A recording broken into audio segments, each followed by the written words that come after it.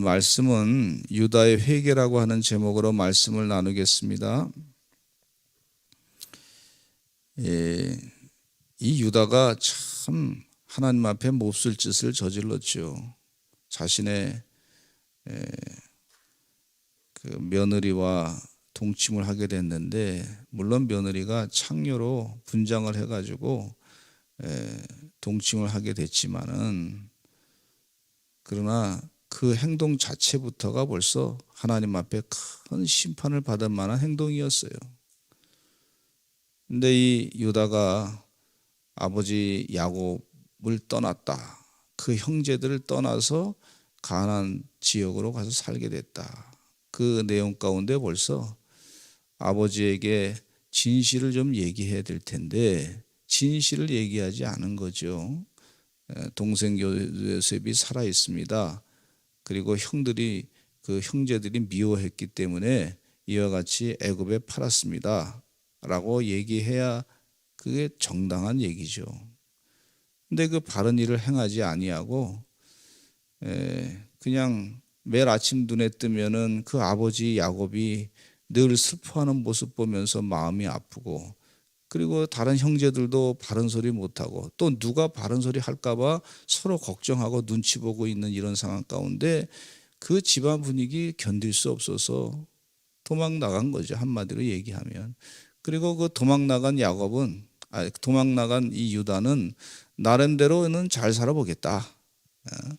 아버지를 속이고 또 형들과 관계도 서먹하게 되고 또 요셉을 아주 어려운 지경에 빠뜨리게 만들었던 장본인 가운데 한 사람이고, 이런 사람이 자기는 잘 살겠다고 그렇게 형제들을 떠난 것을 볼 수가 있어요.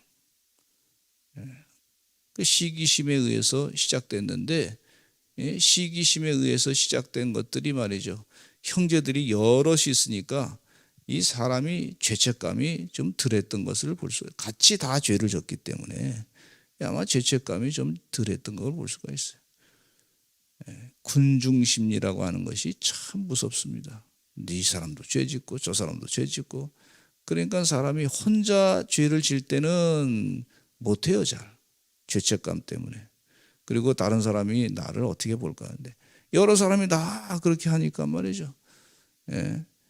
그 죄책감이 다 사라져서 그 동생 요셉을 죽이려고 했고 아버지를 속이고 말이죠. 그대로 같이 그렇게 동조했던 걸 볼 수가 있어요. 이게 참 무서운 죄입니다, 여러분. 과거 히틀러 당시에 교회가 말이죠, 히틀러를 막 신처럼 추앙해 버렸어요. 80% 교회가.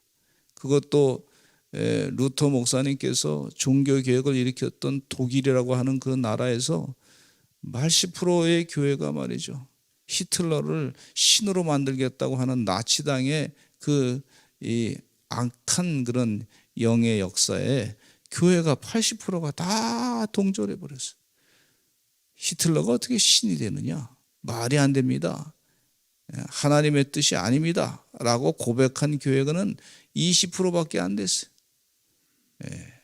영적으로 바르게 지도자들이 서야 될 텐데 민족주의라고 하는 이상한 것에 의해서 서로 막 죄책감이 없는 거예요. 유태인들 600만 명을 죽일 때 다 이 사람도 600명 유태인을 죽이라고 저 사람도 죽이라고 그러고 막 그러니까 죄책감이 없어요.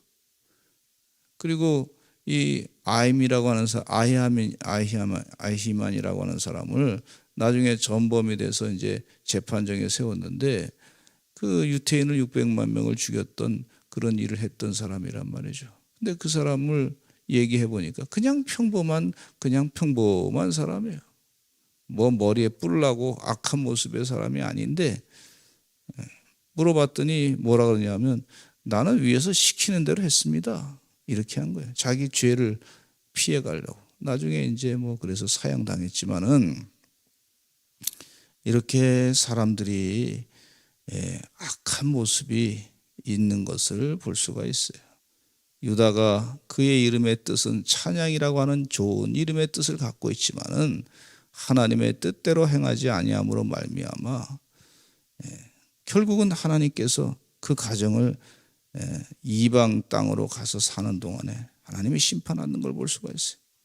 큰아들도 하나님의 심판받아 엘도 죽음을 당하고, 둘째 아들도 자신의 씨가 이어지지 않고 형의 씨를 만드는 것에 대해서 싫어하는 마음이 있었기 때문에 다른 곳에 설정을 해서 그 다말이라고 하는 형수에게 들어가지 아니하고, 그래서 결국은 하나님의 오난도 심판을 받았던 걸 볼 수가 있어요.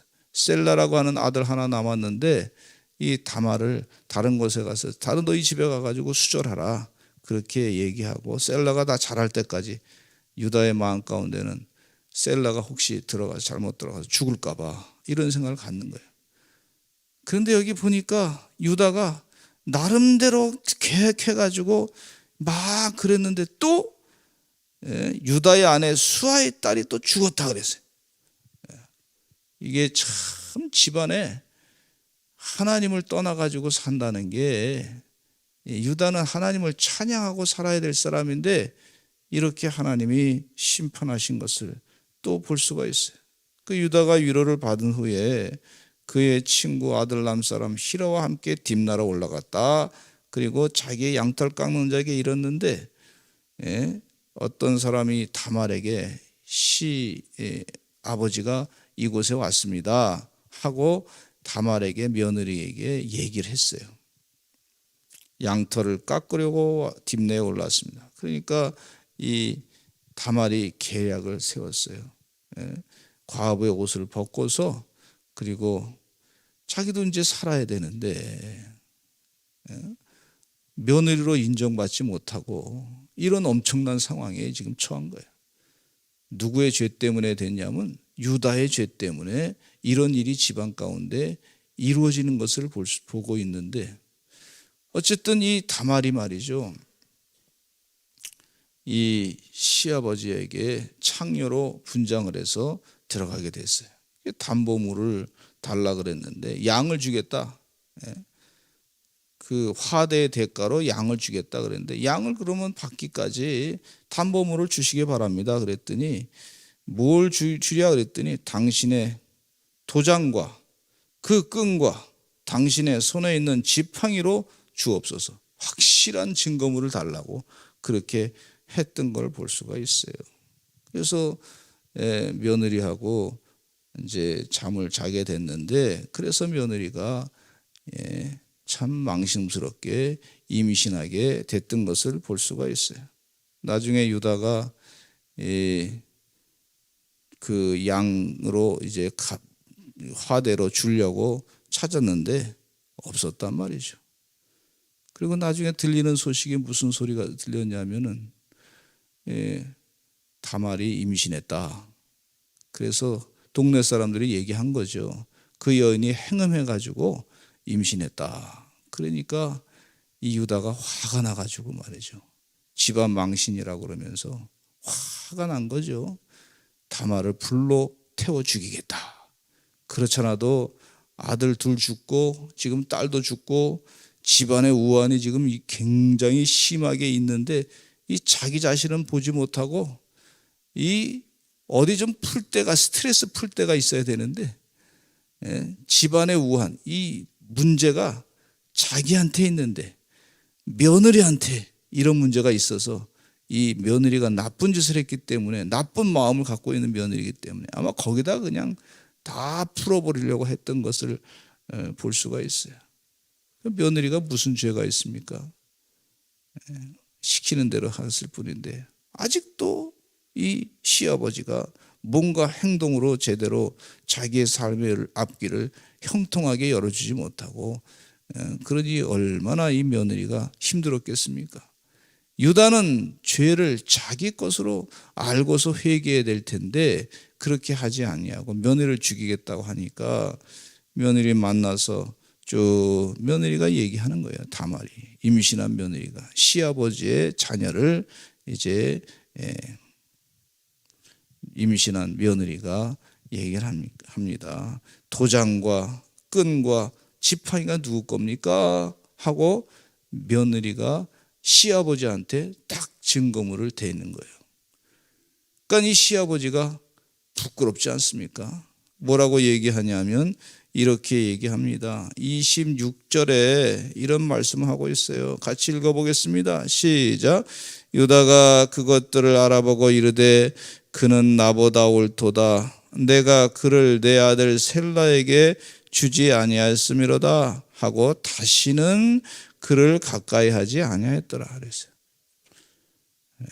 여기에 유다가 무슨 회개했다고 하는 그런 입으로 회개하겠다고 하는 그런 말의 표현은 없지만은 그러나 행동으로 회개한 내용을 여기서 볼 수가 있어요. 다시는 며느리를 가까이 하지 않았다. 내가 잘못했구나. 이제 말로 표현할 수도 있는데 그 표현은 하지 않았지만은 이 유다가 그 자기 며느리를 손대지 않았다. 가까이 하지 않았다. 그게 잘못된 거 알고 회개하는 마음으로 그렇게 행동으로 보여준 것을 볼 수가 있어요. 회개하는 그 유다의 회개의 모습 가운데 무엇을 깨닫게 되냐면 유다는요 진실한 마음의 회개였다고 볼 수가 있어요. 내가 잘못했구나. 내가 이 행동이 잘못된 것이구나. 그렇게 회개했던 그런 모습을 여기서 그대로 볼 수가 있어요. 어떤 사람은 입으로만 회개하고 행동으로는 바뀌지 않는 것을 볼 수가 있어요. 여러분 회개는요 입술로도 회개를 하지만 마음으로 진실로 회개하고 행동으로도 변하여 회개가 온전히 이루어지는 것을 볼 수가 있어요. 유다는 이 회개함으로 말미암아 예수님의 족보에 그 이름이 올라가게 된 걸 볼 수가 있고 나중에 유다 지파는요 그 후손들이 하나님을 찬양하는데 이스라엘의 지파 가운데 가장 강성한 지파가 된 걸 볼 수가 있어요. 아, 회개가 이렇게 축복이 있구나. 행동으로 보이는 회개가 축복이 있구나 하는 것이에요. 아, 이건 내가 잘못된 거구나.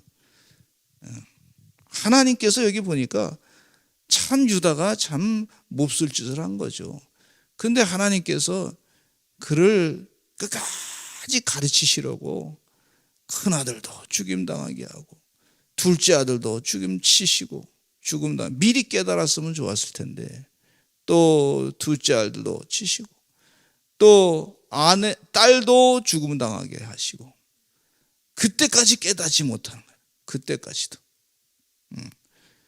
그리고 나서 나중에 다말을 통해 가지고 자기의 몹쓸 마음의 행동이 몹쓴 그런 모습이 그대로 다 드러났을 때 그때서야 이제 깨닫고 그는 나보다 옳도다 이렇게 표현한 걸 볼 수가 있어요. 그는 나보다 옳도다. 내가 옳은 줄 알았는데 보니까 다말이 옳도다. 내가 잘못된 행동 때문에 이와 같은 결과가 얻어진 것이다. 그러면서 다말을 처음에 불살라 죽이려고 했는데 자기 자신의 죄를 깨닫고 회개했던 것을 행동으로 보여줬던 것을 볼 수가 있어요. 여러분 말로는 못하더라도 혹여나 죄진 것이 있으면요 행동으로 다시는 그런 죄를 짓지 않는 하나님의 종들이 되시기를 간절히 축원합니다. 하나님께서 복 주신단 말이죠. 하나님께서 유다라고 하는 그 사람을 통해서 복을 내려주시는데 예수님의 족보에 그 이름이 올라가고 다말도 올라가고 말이죠. 다 축복을 받게 돼서 나중에 보니까 하나님이 그러신 분이란 말이에요. 회개하고 돌아가고 행동을 변화시키면요 하나님이 그냥 두지 아니하시고 참 복을 내려주시는 그런 하나님이신 것을 볼 수가 있어요. 구약 성경에 보면은요 이스라엘 백성들이 범죄할 때마다 하나님께서는 선지자들을 보내서 회개를 촉구하시는 장면이 나오는데 예를 들면 이사야 선지자를 통한 회개의 선포가 있습니다. 이사야 22장 12절 말씀에 그날에 주 만군의 여호와께서 명령하사 통곡하며 애곡하며 머리털을 뜯으며 굵은 배를 띠라 하셨거늘. 하나님께서 회개의 행동을 보이라 그랬어요. 통곡하며, 하나님 명령하신 거죠. 통곡하며 애곡하며 머리털을 뜯으며 굵은 배를 따라 띠라, 그렇게 말씀하셨어요. 또 요엘서 2장 12절에도 이런 말씀이 있습니다. 여호와의 말씀에 너희는 이제라도 금식하고 울며 애통하고 마음을 다하여 내게로 돌아오라, 그렇게 말씀하신 것을 볼 수가 있어요. 1907년에 평양 부흥 대성회는요, 사람들이 많이 모인 것으로 끝난 것이 아니에요. 평양 부흥 대성의 특징은, 부흥 대성의 특징은 회개 운동이었어요. 회개 운동. 우리 잘못된 죄를 회개합니다. 하나님 용서해 주시기 바랍니다. 그래서 실제로 그때 당시에 회개 운동이 행동으로 변화됐는데, 처벌두었던 사람들은 처벌 다 다른 곳으로 보냈어요. 당신 살 길을 가시오하고, 보낼 때 그냥 보낸 것이 아니라 내가 그동안 잘못했으니까 당신 살 길을, 그 재물도 주고 말이죠. 그렇게 보냈고 그랬어요. 또 교회 다니면서도 그랬던 사람들이 회개하니까 말이죠. 처음에는 사람 숫자가 좀 줄었어요. 교인 숫자가 줄었어요. 그런데 나중에 보니까 하나님께서 이 회개의 그 기쁨과 축복이 뭔지를 하나님께서 백성들에게, 이 대한민국 백성들에게 깨우쳐 주셔서 다시금 큰 축복을 하나님께서 허락해 주셨던 걸 볼 수가 있습니다. 초대교회 당시 아나니와 삽비라 부부는 하나님을 속이고 성령을 속이고 잘못된 헌금을 드림으로 죽임을 당했던 것을 볼 수가 있어요. 하나님을 속이려고 하는 인간의 간교함이 있는 것을 볼 수가 있는데, 이는 심판의 대상이 된다고 하는 사실을 잊지 말아야 되겠습니다. 우리가 회개하며 살아가는 하나님의 귀한 종들이 되시기를 간절히 축원합니다. 우리 예수님께서 바리새인들과 이 사두개인들에게 하시는 말씀이 뭐라 그러냐면, 칭찬하지 아니하고 그들은 회칠한 무덤이라 그러고 독사의 자식이라고 아주 최악의 욕설을 베풀었는데, 이유는 뭐냐면 그들에게 회개를 촉구하는 거예요. 회칠한 무덤이야, 그렇게 말씀하신 것을 볼 수가 있어요. 주의 은혜 가운데 행동으로 회개의 모습을 보이시고 살아가시는 주의 종들이 되시기를 간절히 축원합니다. 그게 기회예요. 회개의 기회를 촉구하실 때 그게 복이 되는 줄로 믿습니다. 우리 민족의 복이, 회개할 때 복이 임하게 되는 줄로 믿습니다. 대한민국의 이 법을 만드는 사람들에게 회개를 촉구하는 내용이, 하나님께서 말씀하신 동성애를 찬동하겠다, 그런 법을 만들겠다고 하는 것은요, 방종입니다. 방종. 그거는 자유를 추구하고 인권을 추구하는 얘기가 아니고, 그거는 우리 쾌락을 누리겠습니다, 방종하겠습니다, 그걸 합법화시켜 주시기 바랍니다, 우리 더 죄짓겠습니다, 이런 얘기예요. 그리고 우리 후손들이 어떻게 살든 말든 그런 얘기입니다. 그러니까 회개해야 삽니다. 그거를 발휘하는 어느 의원에게 어느 목사님이 가서 하도 화가 나가지고 그런 얘기를 했대요. 그러면 의원님 자녀들 가운데, 제가 그렇게 기도하겠습니다, 자녀들 가운데 동성애자들만 계속 나오게 해주시옵소서, 내가 그렇게 기도하겠습니다. 그랬더니 이분이 안색이 확 변해가지고 기분 나빠하시더래. 아니, 그렇게 동성애가 좋으면 그러면 그래야죠, 뭐 기뻐해야 될 텐데 그렇게 안 하시더래. 그러면 본인도 싫어하는 거를 왜 자꾸 남에게 그렇게 조장하려고 그러냐 말이야. 그렇게 하지 말라고. 회개해야 돼요. 행동으로 회개해야 돼요. 하나님 지금도 시퍼렇게 살아계십니다. 하나님 시퍼렇게 살아계세요. 악이 악인을 죽일 것이다, 시편 34편 21절 말씀에 있어요. 악이 무서운 거예요. 여러분, 예수님을 만나서 예수님 때문에, 예수님께서 우리의 죄를 사해 주셨기 때문에 얼마나 우리가 감사한지 몰라요. 우리 안에 악이 있으면요, 그 악이 우리를 죽인다 그랬어요. 우리 예수님 때문에 죄악이 사라지게 돼서 축복을 받게 되고 사는 줄로 믿습니다. 이 시간 우리 다 같이 기도하실 때 하나님 나를 축복해 주시고 은혜가 넘치게 해주시고 성령으로 충만하게 해주시고 천대까지 영원히 복받게 해주시고 자비를 베풀어 주시옵소서. 또 우리가 지은 죄를 다 회개하오니 용서해 주시옵소서. 민족적인 죄도 다 하나님이 회개하오니 용서해 주시고 방종하는 이 죄악의 에서부터 우리가 다 회개하게 해 주시옵소서. 우리 다 같이 주여 삼창하시고 동성으로 기도하겠습니다. 주여